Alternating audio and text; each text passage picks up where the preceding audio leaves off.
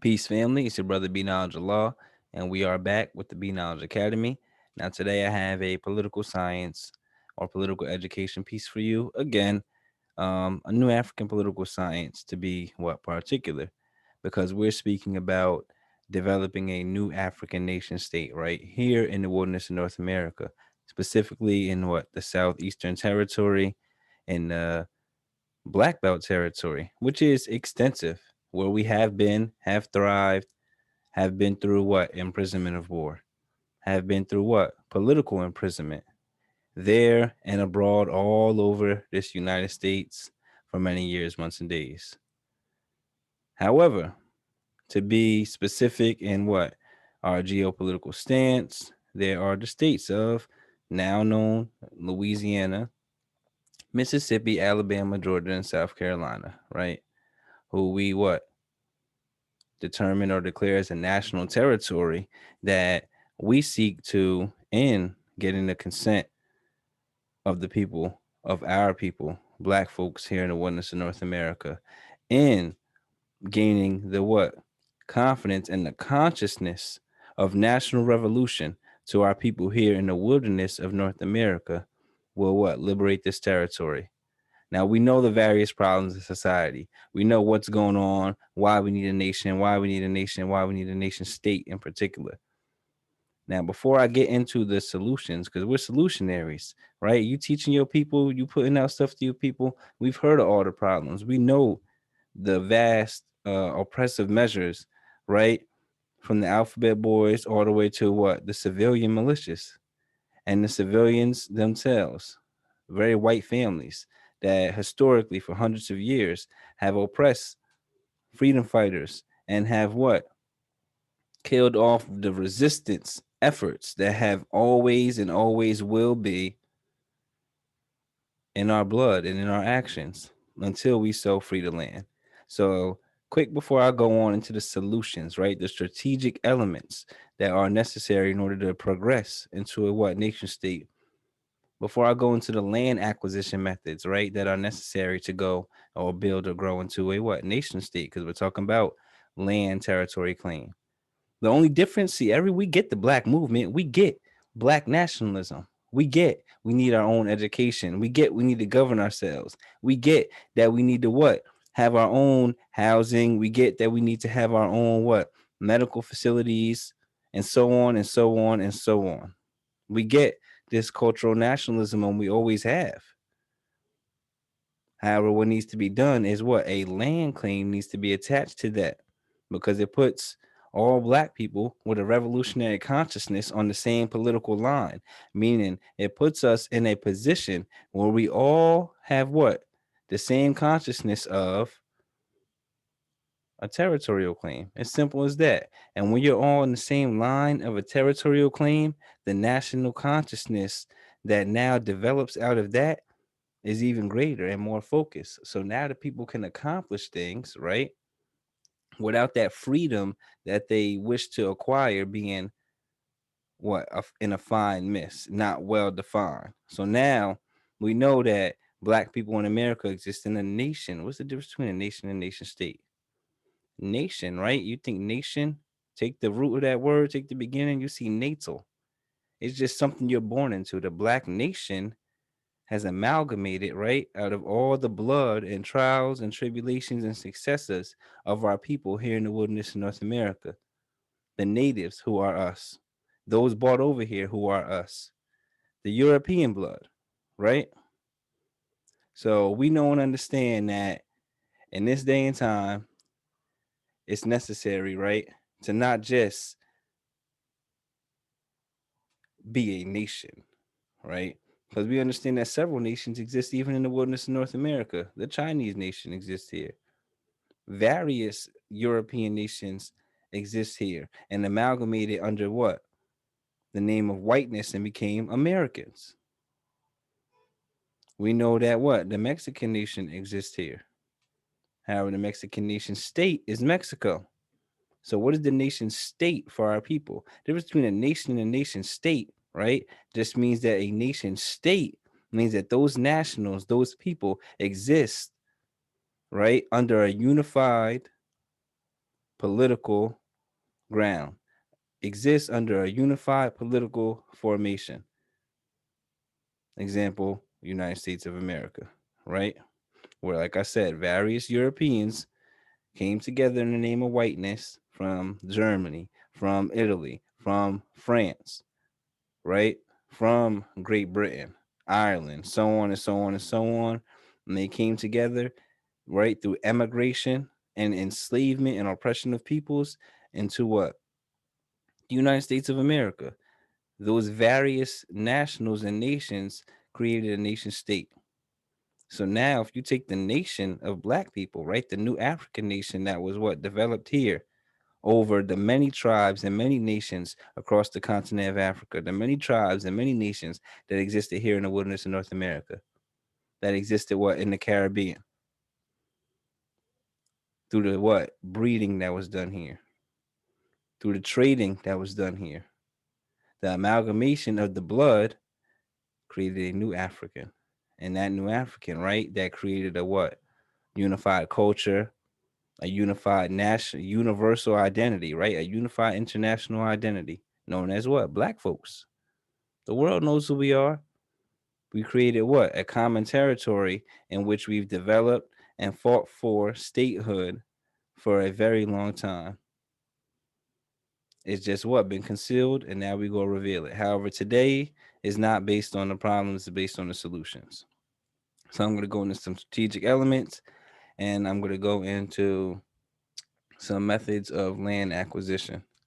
So you say, hey, B Knowledge, how we going to get this? We talk about we want some land for ourselves, right? We talk about we want to have a state, right? That means we need a military, right? That means that we need a government apparatus, right? In order to operate this. Now, what I'm going to be reading from these foundational documents of the new African independence movement, right? Are rooted in the provisional government of the Republic of New Africa, right? And if you're familiar with provisional government science, we know in our terms that means a what pre-independence, right, or a temporary government.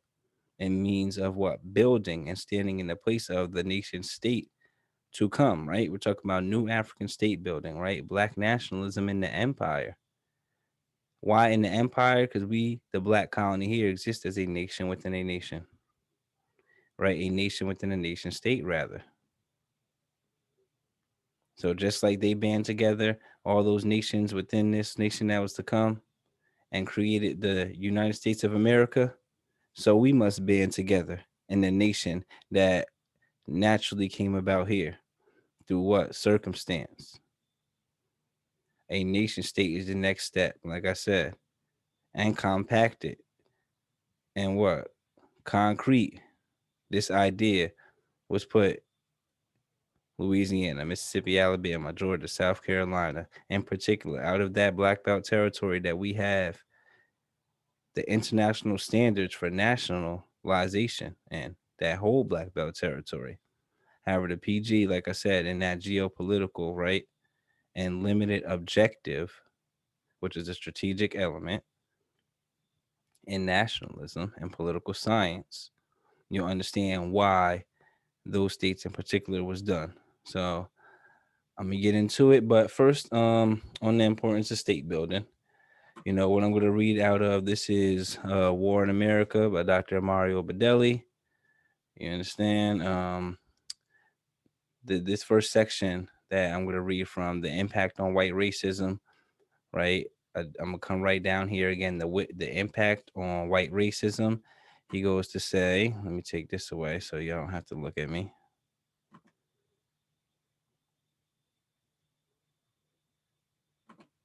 Okay. Rather, it is the white supremacist orientation and the commitment to white domination operating in the minds of thousands of white personal officers and employers all over the country that is responsible for the total exclusion of black workers, except as custodians, and thousands upon thousands of small and medium-sized plants all over the country.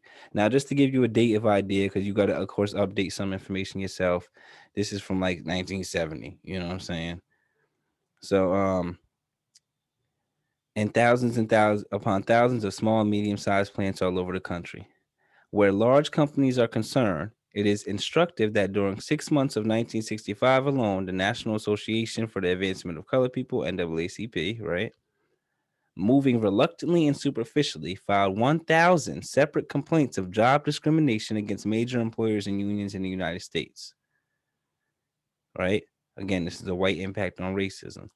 Once there was a great deal of truth in the assertion that the white man oppressed the black man because he needed cheap labor, by the era of the new black warfare, 1964, right? If you're familiar with the black liberation era and the extra legal means, right, of warfare against this country, the military tactics used against the oppression, right, and suppression of revolutionary activity, right? Highly mechanized, the American industrial society does not even need the black man as a domestic worker. Indeed, the black man was dispensable long before Harlem's first shot. Black oppression continues today because the mechanisms for it are now built into the fabric of American life. Black oppression is simply the other side of the coin, bearing the twin headed monster of white belief in the supremacy and white commitment to white domination rather. It is not simply what the schools teach, it is language, folk art, myths, religion. It is the representation of Christ, the Son of God, in a largely Christian land as a white man. Again, this is the impact of what? The impact of white racism on our what? Liberation. So, image of Christ, right? And as a white man. Courtesy alone, whatever the historical truth, courtesy alone, whatever the historical truth, would seem to dictate that in a land where 1/10 of the Christians are black, Christ, or at least some of the biblical characters, would be represented as black some of the time. It is the endless glorification in screen and advertising of white beauty, white manners, and white conquest. More than anything, however, the orientation toward white supremacy, with its corollary of black oppression, right, is supported and perpetuated by white insistence that white conquest of the world was achieved because white people were smarter and braver than those they conquered. White men will not teach and refuse to believe the simple truth that their conquest was achieved not only through the cultural accident of better arms at crucial moments. Throughout history, barbarian peoples have often achieved this advantage over more civilized people, but because they were more ruthless than other peoples in the world. The whole history of white domination and black slavery since the arrival of Vasco da Gama off the shores of Kenya in the 15th century has been the history of the white man's savage disregard for simple justice and the equality of man. Again, why New African State building? You'll see. And I'm going to go right into here. In the first harvest, it's another part I want to read. We'll continue. Thus, the civil rights groups which spoke for the black guerrillas in the wake of the first 3 years of guerrilla warfare, 64 to 66, diluted the gains which were to be won by the black man. The call for recreational facilities brought a pittance, a contemptuous response of the power to the powerless. Requests for fair play from the police could not be granted because white people in control of the machinery of state regard the police as their protection against black people. Y'all, please pay attention to these words because I can't break it down. We got some stuff to go into. Eventually, we're going to have detailed political science classes to really get us into what's going on here. All right. Again, he said, the call for recreational facilities brought a pittance, a contemptuous response of the powerful to the powerless. Requests for fair play from the police could not be granted because white people, in control of the machinery of state, regard the police as their protection against black people, whom they know to have just grievances. Again, Dr. Clark to tell you, it's the sentiment that was passed down from the slaveholder. We know what, if you are politically inclined, if you know basic history of our people, the jurisdiction over us went from the slaveholder to the state. Again, the jurisdiction over us went from the national to the state. from the national to the state. That's how it went. So the same sentiment passed down from what? The slave catcher to the police. I'll continue. Worse, civil rights groups, which joined the white power structure in emphasizing training as the solution to joblessness, were also joining the white power structure in promoting the lie that the black man's lack of training was the cause of his unemployment. Again, them telling you, oh, you just need to get this, just get that skill, just get that trade. That's why you don't have a job, black man. You can't take care of yourself because of what? Your cause of unemployment is because what? You don't have the necessary trades. They were thus protecting for the white power structure the real and statistically demonstrable cause of the problem, the white man's orientation toward white supremacy and his commitment to white domination. There were, in other words, often unwittingly preventing movement toward a real solution by moving off on a tangent.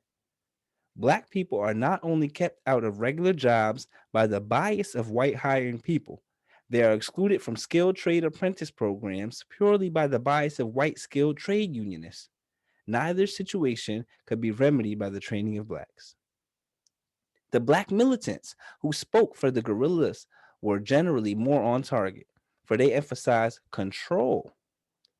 They knew the invidious work, right, of the schools, and that the white man would not change what was going on in the schools. So they demanded control of black schools. They understood the function of the police, so they demanded partial control of them, review of their actions, increases in black policemen and black command. They demanded control of the federal government's poverty programs, supposedly designed to end black joblessness. Fundamentally, they failed, even as the civil rights groups failed for other reasons because they, the militants, had reached the core of what the struggle was about. Control, control, control. CON, Truth, Rule, Cipher, Love. That's what? TROL. Whether white man or black will control the black man and his destiny, they failed because they, the militants, even supported by the guerrillas, had not arrayed the impression of enough power to make the white man relinquish his control, that control. Again, I want you to understand the effect, right, of white racism and that first harvest when we got into what? The black nationalism as we know it in today's day and time, and our goal for state power in today's day and time. What the guerrillas, what the militants, right? What, excuse me, those who were speaking for us publicly, how certain fights and civil rights and certain fights by black leaders diluted the claims of the guerrillas, right? And those fighting for national revolution, and how the militants were a little closer because we spoke about what? Control.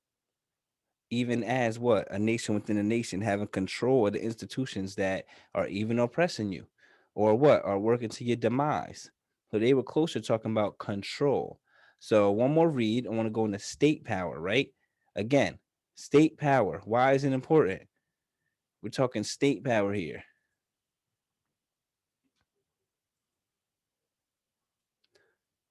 The importance of state control becomes crystal clear when seen against the objectives and failures of the valiant black guerrillas in the North's big cities from 64 through 1966. Every goal sought by them could have been achieved instead of frustrated had they instead of the whites been in control of state power. Transplanted to Mississippi, right? We're talking about in the national territory, and more particularly in this case, right, of the PG or the provisional government, and Dr. Amari's case, who led that provisional government for a significant time. He's talking about one of the capital areas of this national territory, right? The course of events would be obvious. To control state power is to control the state police, and to that degree, that black state power could stand against white federal power, right? So, to control state power is to control the state police and to control the state national guard. Under control of emancipated blacks, the state police could be purged of racists by simple legal procedures involving indefinite suspension of all policemen accused of racist activity pending trial board action. This would mean indefinite suspension of virtually every white man on the force. And while they litigated their suspensions in the courts, mostly in the state courts of emancipated now black justices. Again, state control, state power. This would mean indefinite suspension of virtually every white man on the force. Our state, what? Control. And while they litigated their suspensions in the courts of emancipated black justices, their jobs would be filled by emancipated blacks. State power could thus end police brutality against blacks. Indeed, it will convert the police into a force supporting black people. Obviously, too, state power under emancipated blacks would be used to purify the school system and bring the black children the best possible education. State power could be used to end unemployment. Since statistics positively show that black unemployment and underemployment are largely caused by radical discrimination, state power in the hands of emancipated black men could be used to open the doors of plants to black owners or seize them entirely as penalties for persistent discrimination. No trade union would be allowed to operate in the state unless it admitted black apprentices and made a floodgate effort to make up for the exclusions of the past. More than this, state power in the hands of emancipated blacks would be used to make jobs.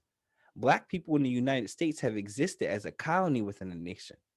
We have been exploited for our building skills and our labor, our raw materials, and we own not a half dozen manufacturing facilities worthy of the name, no sea or air shipping companies, and scarcely 15 banks.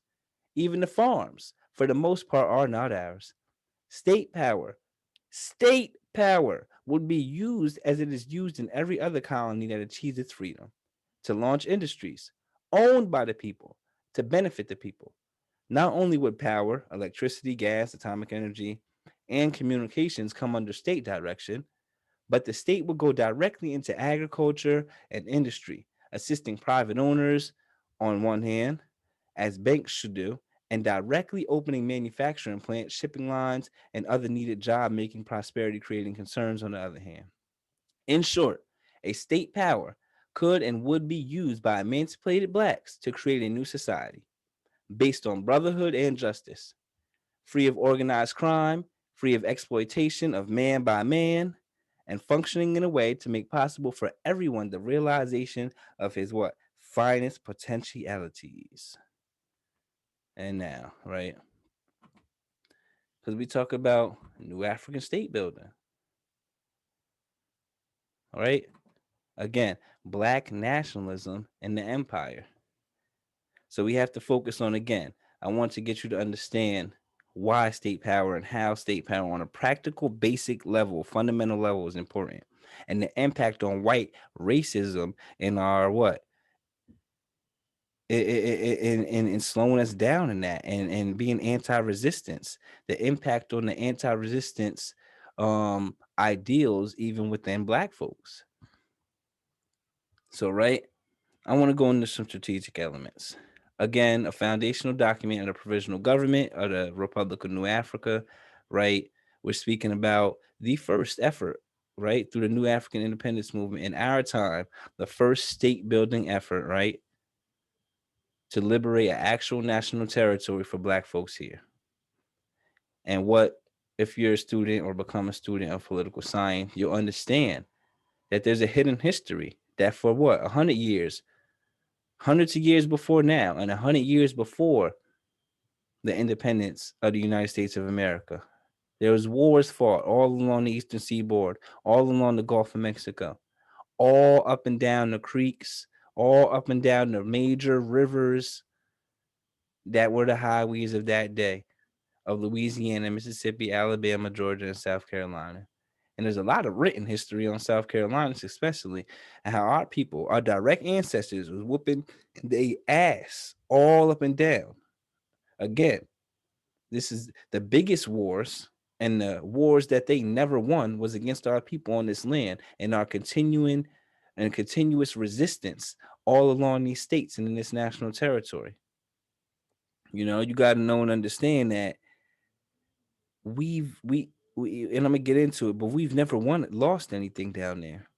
What happened was we denationalized ourselves a couple times, and every time we got into nation state building, there was either a defeat or some type of coup d'etat or some type of denationalization because of what better material gains or better um, ideal of life, right, in the Americas, leaving Florida to what through certain treaties to Oklahoma, then going to Oklahoma into different areas, abandoning that.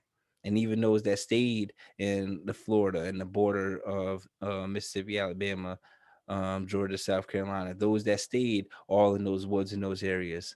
A lot of state building efforts got wiped out. So again, in today's day and time, it ain't nothing new to this because we always been true to this.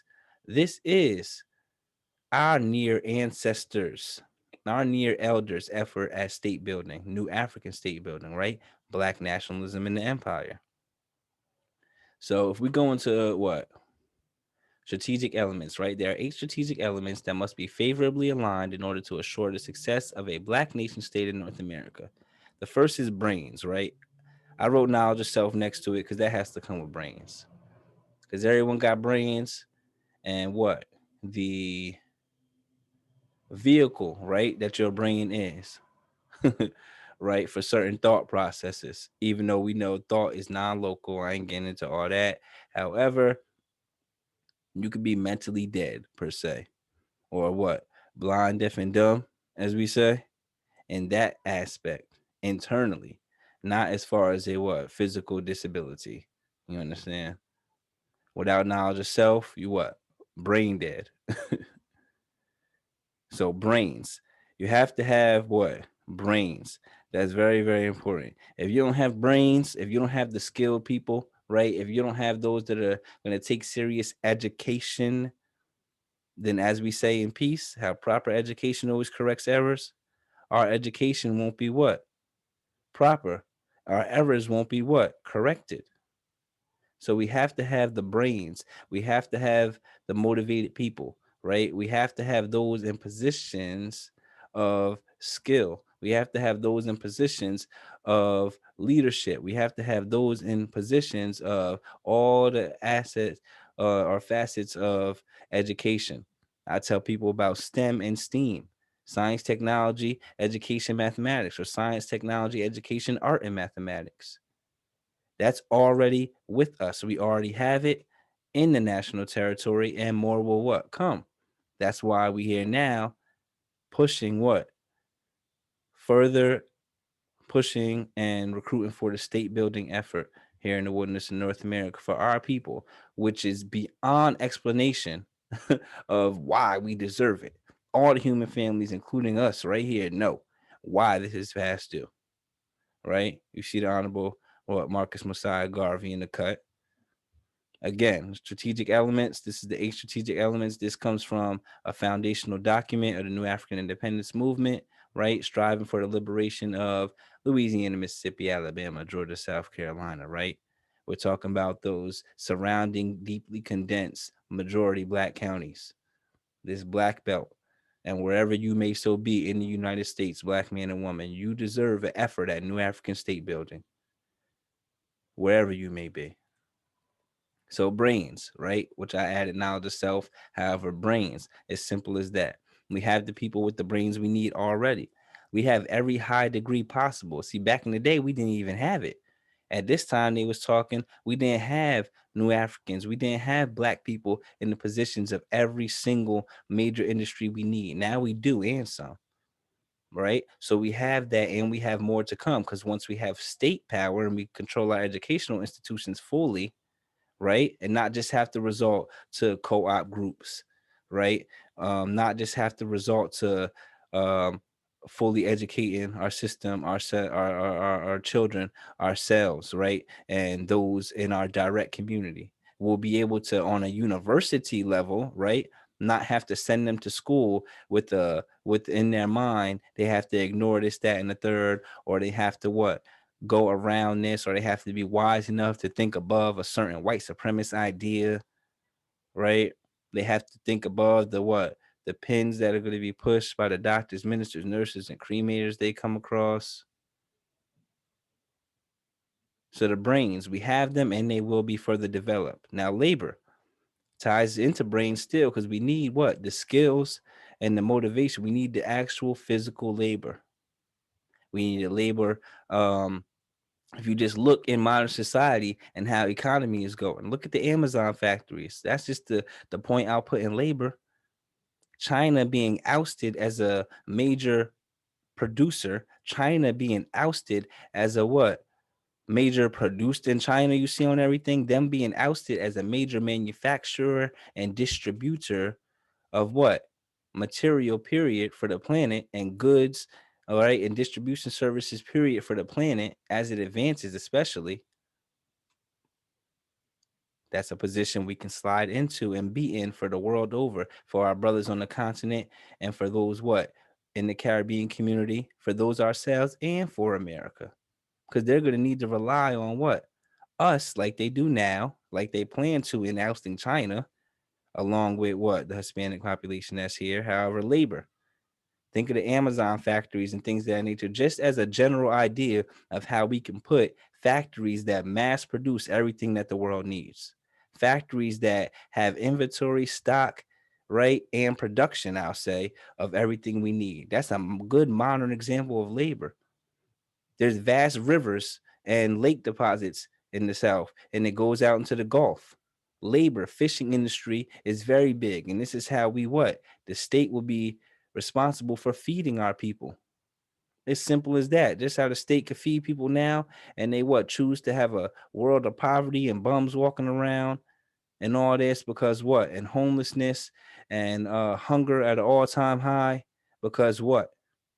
We know how hard it was growing up eating for a lot of us, and still to this day for a lot of us. So labor goes with those brains. The labor that we need as far as the strategic elements goes into what? Everyone in the community working, everyone to eat. Everyone working, everyone to eat. We have to not just have the hands for labor. We need to supply the means or what we need to put the labor towards. Again, fishing. Again, mass production for what? Distribution of goods. We need to labor agriculturally. There's vast fields that we can agriculturally what? Aid ourselves and feed ourselves. We need to labor to what? These factories I talk about. We can mass produce homes and vehicles for ourselves. This is the labor. And what? Each person is credited and given, as they say, as what you put in, you what? Get out of it. So natural resources, rich land. Again, Mississippi, Louisiana, Alabama, Georgia, South Carolina. Natural resources, right? That rich land. I know and understand that Gulf is vast, and the exploration of it has hardly been done. It's vast of what?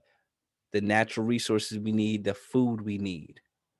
Vast in that Gulf and all along the Atlantic coast. Vast. The sea isles, excuse me, the sea isles all along the Atlantic coast. That if you look into the Gullah history, the Gullah Geechee history, we know about the rice production fields over there. We know about the agriculture till this day, the sugar and the tobacco that was mass produced right on those sea isles. We got the natural resources in the rich land.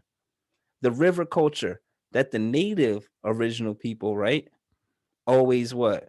Participated in the river culture. And we know today, with along with that labor, we can have not just mass plants, but what?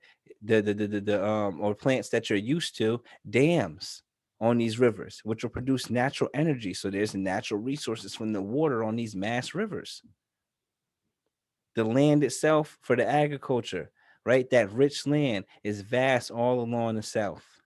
If you look at the cotton industry that our people, right, through oppression took part in, you'll see that it's what made the Empire of America today, its economic, the economic power it has. It had a lot to do with that cotton industry in the South. So there's land that's suitable for agricultural ventures, right? That could have a impact on world economy. So the fourth objective is limited objective, right? Um, Limited objective, that just means that again, freedom can't be amorphous and misty. It can't be all over the place. You have to know exactly what you want and how you want it. We know in the socialism and the communism eras, right, of independence, how the black belt was fought for, and even the Soviet Union to the world, right, and the United Nations of the world at that time, and many African countries know that there was a talk of and a push for socialism in the South, a push for freedom, justice, and equality in the South for black people in the black belt South, right?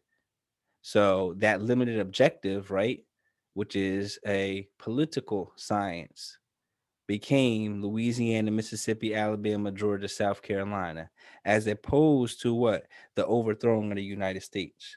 A lot of people see a multiracial democracy, or they see a future, right? Some grandiose communist future where they'll overthrow the judicial, legislative, right, and executive branches of the government. And what'll happen is they think that this will put us on the same level as white folks, and you could go from what classes to what just being people. When the class struggle isn't the national struggle for us, because we don't exist in a state where our people have classes amongst each other. We don't have the nation to have the classism within our community like that. You can try and say there's black bourgeois and there's poor black folks. However, we're all what? The same group to that true dominating class, which is what white folks here. They have classism in their shit, and that's why they go through what they go through. But the limited objective is a what? A political means of what? Staying focused. And this is just the limited proposed territory. America started with 13 colonies, and through manifest destiny and a whole lot of what? Bullshit, they took the whole damn continent damn near. Right? And we'll get into those acquisition methods of land, but I'm gonna move along. Again, that limited objective, it's not to overthrow the United States, it's but to what? Coexist. Right? We want our own independence without destroying anyone else. It's to coexist. So the limited objective, because we don't have a political aim or a political means, right, to try and take out America, right, uh, to destroy, right, all America's tentacles of oppression, right, overnight. The science is you destroy America, you destroy a lot of your own people, and you go destroy a lot of people that could have been what? Good support. So in reality, the limited objective, right, to have the states of Louisiana, Mississippi, Alabama, Georgia, South Carolina, that limited objective of liberating that national territory in the Black Belt South leads to what? The domestic support. The fifth strategic element, right? That domestic support is twofold. It's internal and external. Now, the internal domestic support, right? The internal domestic support exists of the new Africans, black folks that's already here. And, I speak about the four options of the assimilation, just being American fully, right? Under whatever human rights attainment they choose to come to. Emigration to African country of our origin, emigration to another country, that you think may treat you fairer, maybe in the Caribbean, maybe Canada, and then what? Separation to a black nation state here. So the domestic support we need are from people who make all these decisions. We need the domestic support from the black people that or talking to immigration talk and the Pan African talk. We need the domestic support from the black people here in America, because again, those that are talking immigration goes into foreign support too, not immigration, emigration, but the domestic support of those that want to be American, those that want to thrive in the major cities, those that have even their capitalist ventures because of whatever their what personality or idea is within the future they see for themselves in America.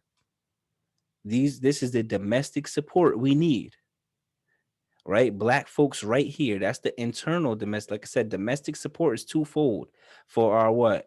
Limited objective of the 5 states in that black belt territory, or that national what? Territory of Louisiana, Mississippi, Alabama, Georgia, and South Carolina. The domestic support that's needed is from the new Africans, from the black folks all over the country, in New York, in Philly, in Newark, right? In Milwaukee, Detroit, Chicago, right? All over. We need black folks in LA, in the Bay Area, right? We need black folks all over Texas, all over North Carolina, Virginia, all over Florida. We need that domestic support. That's the internal domestic support, right? Now, the external domestic support we need is the domestic support of the people outside of the direct black community, outside of New Africans, meaning, right, the other people that are here now, the foreigners that have now come to live here. Those that have been here for 100 years, some a couple hundred years with us right here, such as what the Mexican population and the rest of the so-called Hispanic Latino population, right? There's plenty of what Arabs here. There's plenty of Chinese here, Puerto Rican community, right? What we need to do in the external domestic support is seek the support of the whites. Again, seek the support of the white folks in America.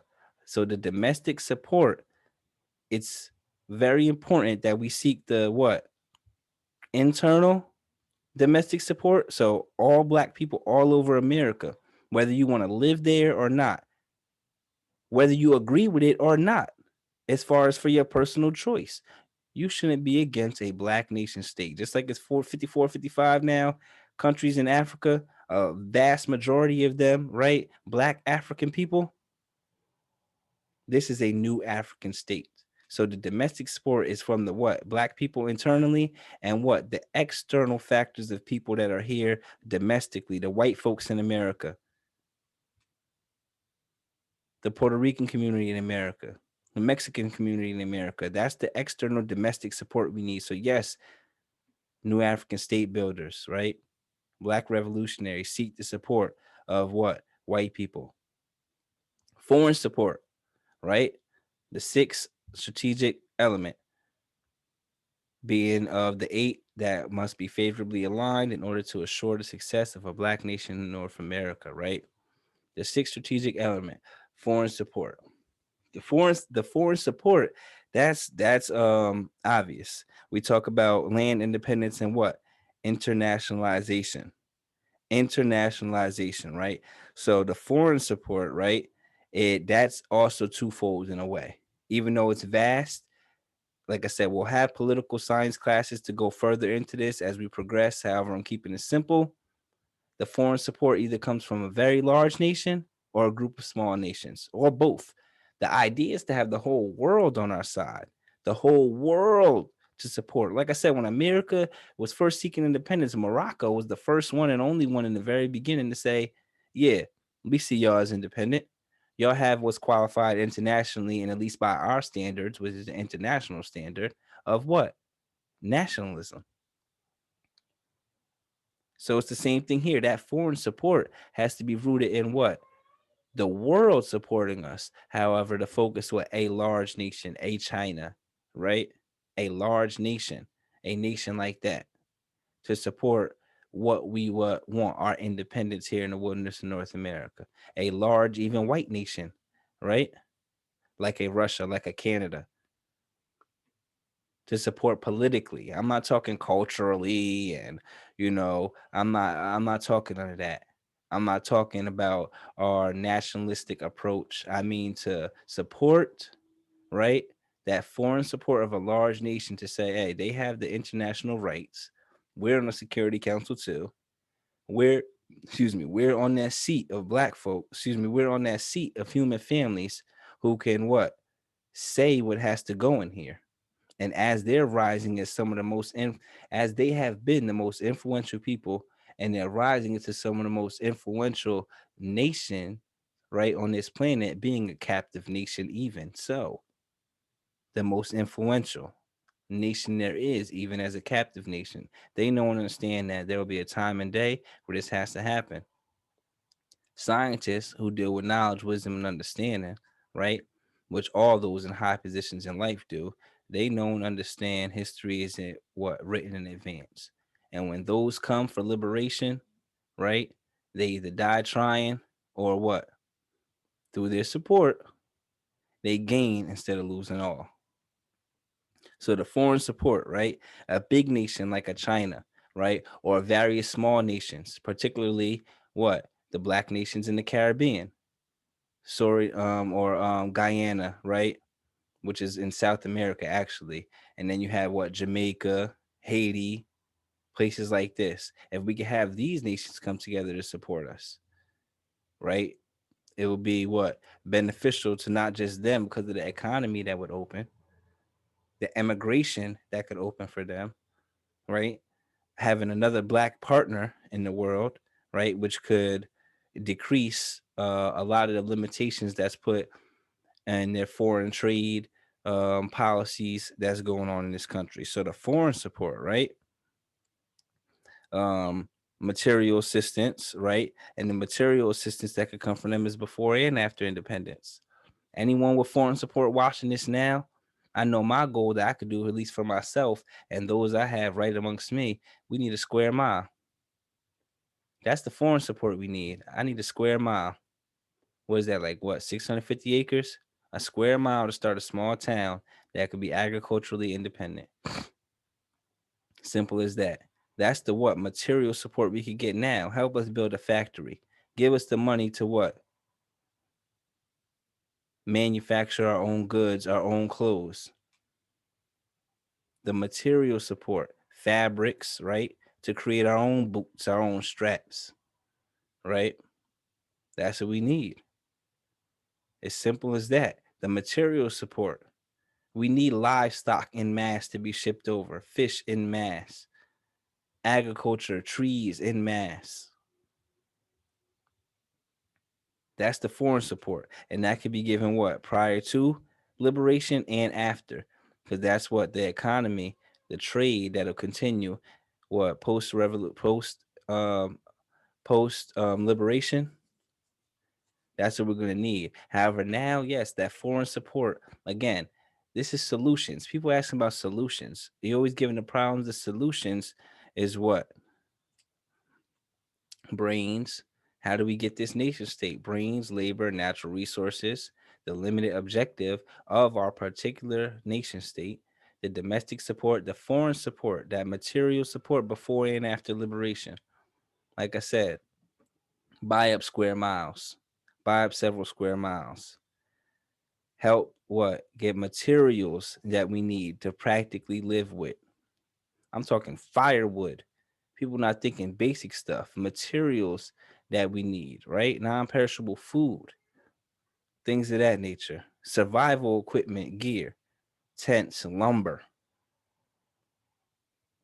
right? Equipment to what? Build, nails, tools. Simple as that. Seventh one, we finishing up here, almost there. Inherent military viability, right? So the inherent military viability, right? We're talking our own means of self-defense, right? The KKK, the white militias, right? That's what we need to defend ourselves against, because those white folks that number in the black belt territory, which the minority of white folks in America, right? The smallest percentage of white folks in America live in those territories. They're spread out everywhere else and in the major cities. They're not even there that deep as far as their population is concerned. The inherent military viability is going to be needed to use against the KKKs, the white militias. You see how they just stormed, right, the Capitol building, these white boys, in the name of just election, supposedly, right? Now there's election fraud and rumors of all this. So that inherent military viability, if they storm in the Capitol building because they think there's military, because they think there's voter fraud amongst them, what's going to happen when our people vote amongst ourselves to be free? Because again, that plebiscite vote, it isn't to ask permission, it's to what? Agree amongst ourselves. Just like the lesson say, we agreed that there was no mystery God, right? And the only God was the Son of Man. So we agreed that there was no mystery God. It was an agreement. We agreed that the only God was the Son of Man, because we already searched for all the other solutions. So it's the same here. Once that agreement comes, that plebiscite vote is an agreement to move on what? In a new way. So that inherent military viability, And I'm gonna do a video on what so-called gangs attempt at state building, because all of them what self-declare black nationalism. So that inherent military viability, a lot of it is gonna come from them. A lot of it gonna come from the streets and the prisons, straight up. That inherent military viability is what the ability to be prepared. You understand? It's the people's army. The people's army. It's that ability to have self-defense in our community against the what imperial troops, as I like to refer to them now. Imperial troops, aka what the police, because that's who in what George Floyd, and that's who their sentiments being passed down to civilians in Trayvon Martin. This inherent military viability will stop this in the case of our what pre-independence, just like foreign support could be used now, and in post-independence, right? So that second hand what strike capability, or that second strike capability, that terminology basically comes from the U.S. and other major countries talking about their ability to deal a unacceptable blow if someone shoots at them. Somebody shoots you a nuke. Oh, when it hits me, I'll have enough to hit it back. That second strike to hit you back and take everything out. That's that second strike capability. All right. So in our case, like I'm talking about that People's Army, that's that second strike capability. The Underground Railroad. General Harriet Tubman, she knew.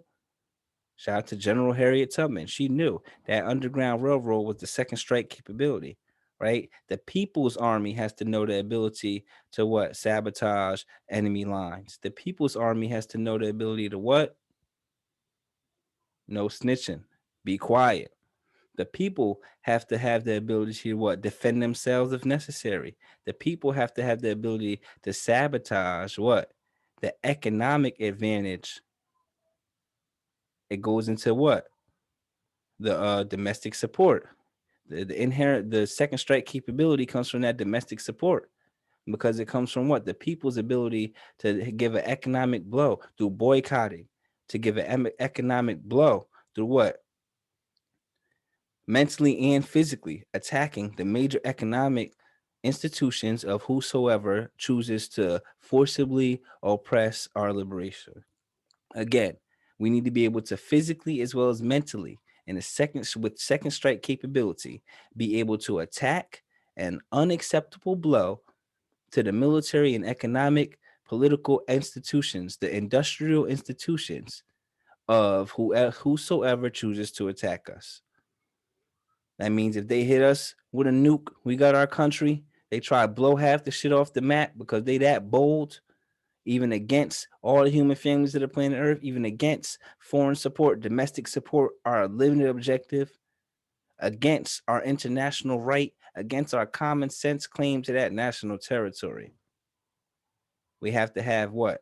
That second strike capability. Because if they do come, those white nationalists, those white what oppressive forces that in this what recent attempt at a coup d'etat claim that they have the same sentiment as what those southerners in the civil rights, or the those southerners from the civil war era, and those civil war what nationalists that had the sentiment from the revolutionary war, and those revolutionary war nationalists that had the same sentiment of those that what first started white world domination. When they come and try to destroy this new black nation state, the second strike capability, that insurance is what? Again, you use a weapon that you claim to be powerful enough to throw half a state off the map as far as its territory.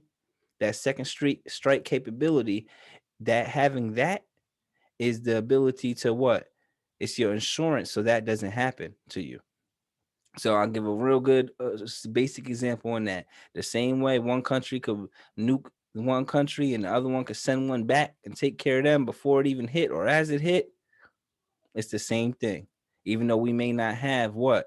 The advanced nuclear technology, if someone attempts to what?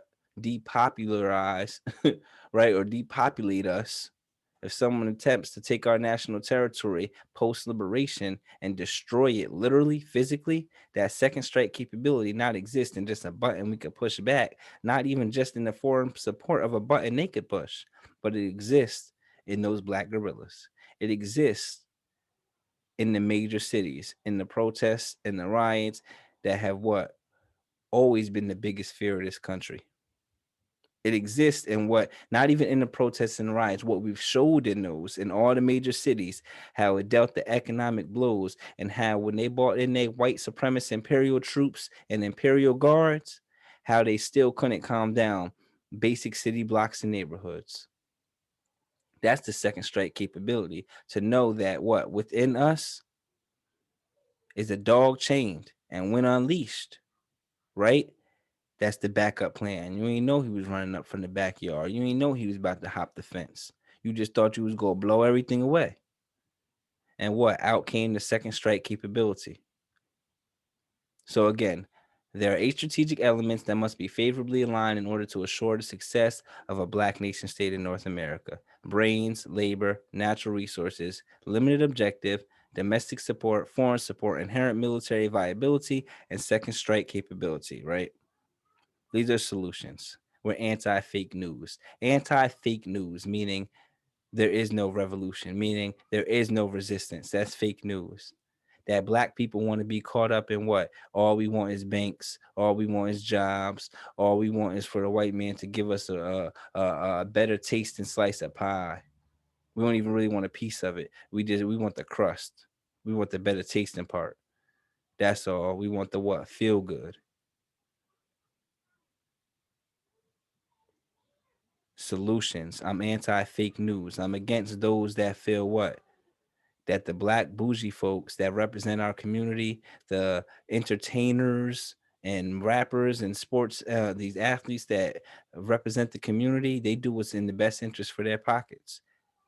That's fake news. When you see these brothers get up and say they support this one or that one, listen, to my international community, it's fake news. You hear Donald Trump talking about fake news. What the fake news is when a black person gets up and represent him, or when a black person gets up and represent Clinton, Barack, any of them. Because in reality, when it comes to state builders, when it comes to those that want an actual nation for themselves, it's not in the realm of reality to support your direct oppressor. Therefore, it must be in the realm of what? Fiction. So it's fake news. We've always had the Southern economy. I always broke this down to you. How when we was in the South, the economic greatness that it brought to this country, known as America. We already know what? We've never been beaten down there. I'm not going to get into it right now, but we've always had the military advantage in the South as far as the hundreds of years we've been organized down there in self-defense. It's just in recent times of fake news and media that the what? How they said the revolution will not be televised. It was what? Has been suppressed. Or what? Resistant efforts have been suppressed. So we need to know and understand that what? We have the advantage in the South. It's just until we what? Get on a national consciousness that we need to liberate ourselves, until we all on that national consciousness of a what? State building, then that won't happen. We need to have just as much attention on this as there is a census or a vote. Anytime against to what? This is how I want this information to be pushed out. This is why we put it out. When it comes to governments here and abroad, because this government is always known that there's been people fighting for this. But now in the age of social media and networking and advanced internet radio, we have to put just as much emphasis on this as a census vote, right? Or anything that has anything to do with voting or a census or formally, right? Putting in your opinion or whatever your situation is. The ability for a black nation state with that limited objective, right? taking in consideration our geopolitical situation, the limited objective of Louisiana, Mississippi, Alabama, Georgia, and South Carolina, and that entire out of the entire Black Belt territory, out of the entire Black colony that exists within all the major cities of America. That limited objective of those states gives us the inherent military viability, gives us what the natural resources we need, and it crunches it down into a place where we can what at least have a minimal proposed territory. Again, that's a minimal proposed territory. Now, I'm gonna get into land acquisition. I'm gonna be fast. I'm not gonna really read full descriptions on these because it's simple. But what I will explain is the difference between the domestic problem and the international problem, right? When it comes to domestic, when it comes to at home, if you're arguing civil rights, if you're arguing civil issues, if your problem is the legalities, right? If your problem is the commercial law, if your problem is the paper citizenship of what goes on in this country, and your only fight is how to do better in this system, your only fight is a higher what step on the ladder, that's none of the world's damn business.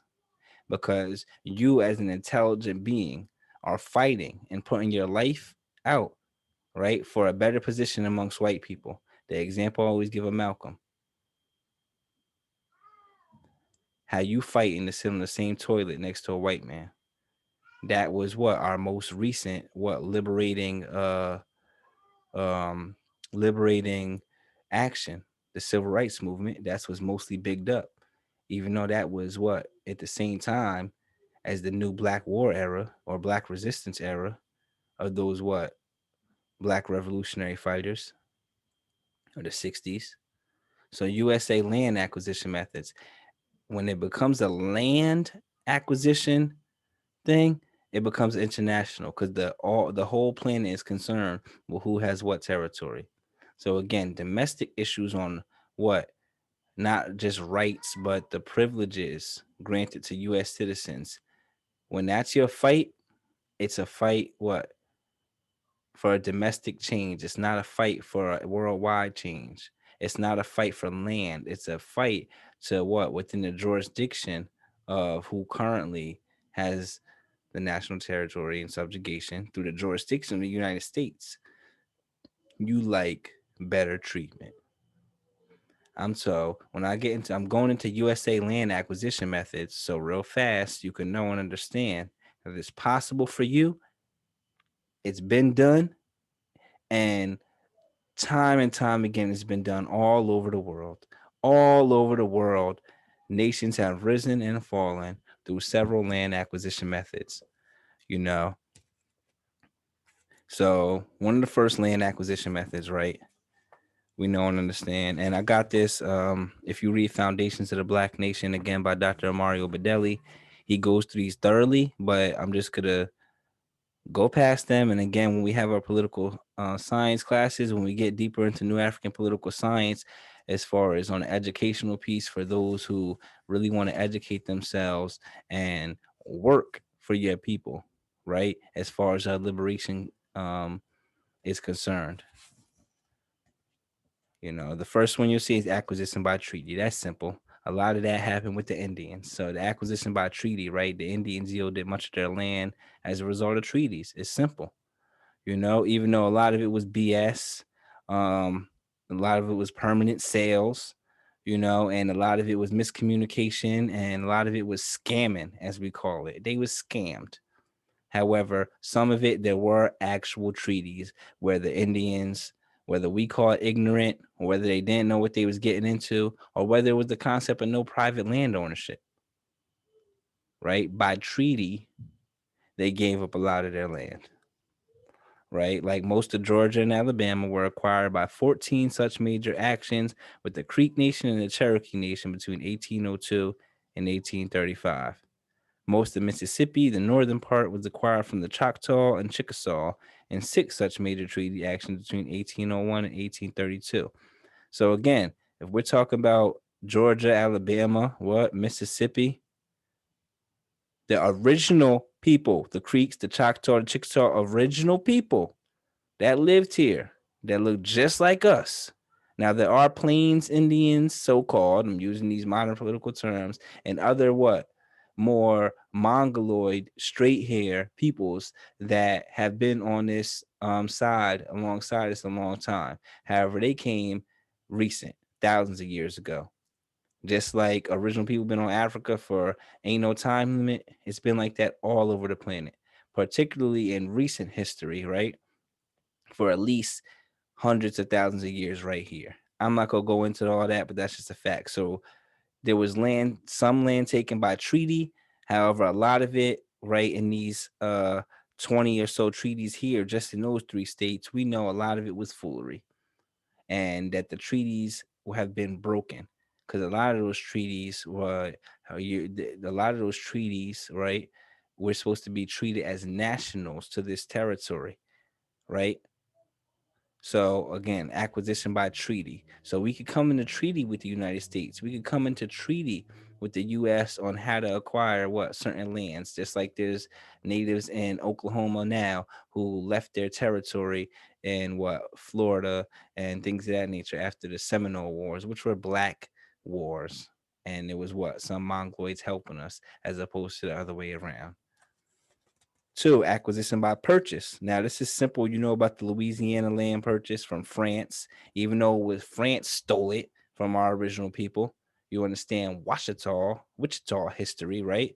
Then you'll know and understand that even France and Spain and the boys got it fraudulently or through what? Trick knowledge. Coming in, acting like they want to do trade and ending up doing war, right? Spun the block on them, scammed them, right? Lined them up, as we know in the hood. So acquisition by purchase, right? Lined them up. A lot of it was actually purchase and actually sales that going right. However, a lot of it was lining people up. Oh, I want to buy this. Here's the bread. I'll pay the less later. Don't get it. Oh, I want to buy this, and really I'm gonna just take it instead of giving up the money. But another example of land acquisition methods by purchase, right? You'll see that what Florida was purchased from Spain. I already went into how. What do I want to give a more specific one as far as purchase? Okay, here we go. Right, it says from the Gulf of Mexico to Canada was acquired by the United States for a $12 million purchase from France. So you see that's the Louisiana purchase. It goes down and talks about Florida for Spain. If you know about La Florida. Okay, the Gila River Valley in southern Arizona was purchased from Mexico for $10 million. So again, through purchase, we can realistically get whole state-sized territories, like proposed in the Kush district, right? Like the border of Louisiana and Mississippi, heading at what? Memphis and being anchored by what? New Orleans. That can be purchased. That's realistic. Like U.S. purchase from Mexico, from France, from Spain, treaty by treaty and by purchase is what? Realistic. Acquisition by conquest. We already know the United States do what? They call it manifest destiny. Arizona, Western Colorado, New Mexico, Utah, Nevada, California. That was war. What? Puerto Rico, Guam, the Philippines, war. So through conquest. We had acquisition by mutual consent. That's simple. There were times where what? One country said to the US, hey, this is yours now. It's simple. Like the United States acquired a portion of West Florida in 1810 from Spain as a result of the people declaring themselves what US citizens and the US presidents proclaiming the acceptance of this self-determination. Again, if we take the Kush district, we take that area, right, to be the capital of the national territory. We take anywhere in the national territory. And that what example of that self-determination by the people, that vote, which is a self-declaration by the people, not a what permission slip. That's what by mutual consent annex, right? Took that's what got that part West Florida Even in today, you'll know and understand that's a lot of part of the national territory, right? Was taken from what Spain through mutual consent. In 1837, the founders of the Republic of Texas, immediately after establishing their independence, Constitution called for U.S. annexation, which was agreed to by the U.S. in a joint resolution of Congress. Again, acquisition by mutual consent. So we have U.S. land acquisition methods, which are universal land acquisition methods. Land acquisition methods we can take by treaty, by purchase, by conquest, by mutual consent, and by seizure. As simple as that, by seizure. You see Mississippi with its Gulf Coast shoreline. Um, a lot of that was involved with West Florida, right? And that got taken off, not just through the mutual consent, but by the seizure, right? As well as what Hawaii in 1898, United States by a joint resolution of Congress, right? Just like I showed you those joint resolutions, United Nations, which they not following. In 1898, the U.S. what annexed the 4-year-old Hawaiian Republic, right?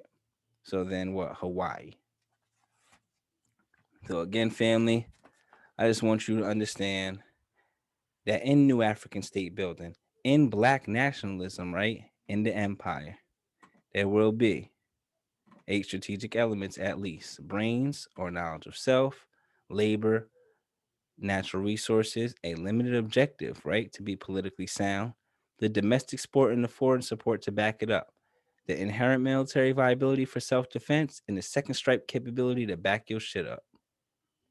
Land acquisition methods, right? Not the problem, but the solution to how we build a state. Treaty, purchase, conquest, mutual consent, and seizure. You know what I'm saying? So again, family, I only get this out because I love y'all and I love myself. And, I love who I am. And everything is real. And if it wasn't meant to be, it wasn't what? Born. I'm your brother, be knowledge of law. And I know and understand that the chosen choose themselves. And when you're in a position to do better, what? If you conscious enough or what? Realized enough, then you do better. And when you're born in this skin or on this shit, when you what? Are aboard this seagoing vessel, it's your duty to fill out the what? Obligations of this design, which is to rule and not be what? In a state of oppression and fear. So again, in New African state building, with the objective of Louisiana, Mississippi, Alabama, Georgia, and South Carolina as a liberated national territory for the new African. Black folks here in the wilderness of North America, I say get with your brother. Every individual is a cadre. Get with your sisters. Every group is a unit in formation towards our liberation, right? And come together as a whole in a unified front. And once all these camps, right, sit around the same fire, that unified front, right, will give that centrality, the vigor, right, and the force and the ability to have all the strategic elements we need, right, and use any land acquisition method necessary. So we go free the land by any means necessary. Be Knowledge Academy, like, subscribe, share, all that. Peace.